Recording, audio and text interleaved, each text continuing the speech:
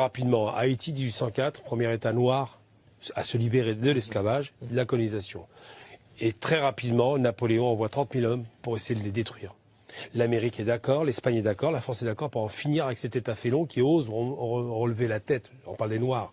Donc 30 000 hommes qui finissent par être éliminés par Toussaint Louverture, un ancien général de Napoléon. Et c'est la première victoire sérieuse d'un État du Sud. Parce qu'on oublie que c'était il y a plus de 200 ans maintenant. Haïti ensuite, pour faire en sorte de fragiliser, on lui fait un traité de paix avec une dette abyssale qu'ils ont supportée jusqu'à la fin des années 90 pour la France. Haïti divisé en deux, Saint-Domingue d'un côté du côté espagnol et de l'autre côté l'île, de ce qui reste de l'île. C'était un des pays les plus riches sur Terre il y a 220 ans. Aujourd'hui, c'est un pays dans lequel on a sombré dans un abysse absolument insupportable. Sur un plan social, il n'y a plus d'État, il n'y a plus de fonctionnaires, il n'y a plus d'administration, il y a une corruption endémique. Et en plus, on leur a légué un cadeau assez abominable. On leur a légué le principe des gangs américains qu'on trouvait à Los Angeles, qu'on a trouvé après au Mexique et qu'on retrouve maintenant à Haïti. Rien n'est un hasard là-dedans. On fait payer à ces malheureux le fait d'avoir, il y a 200 ans, relevé le nez en étant esclaves.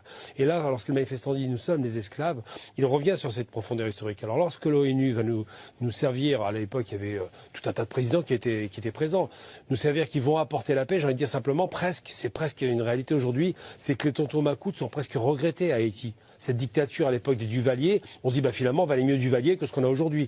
Ils nous ont présenté un Jean-Bertrand Aristide, le petit père des pauvres, qui était corrompu. Chaque président qui s'est présenté en Haïti a détruit l'économie, le pays, et été corrompu et travaillé pour ces fameuses familles dont on peut considérer qu'elles sont les principales responsables de cette catastrophe.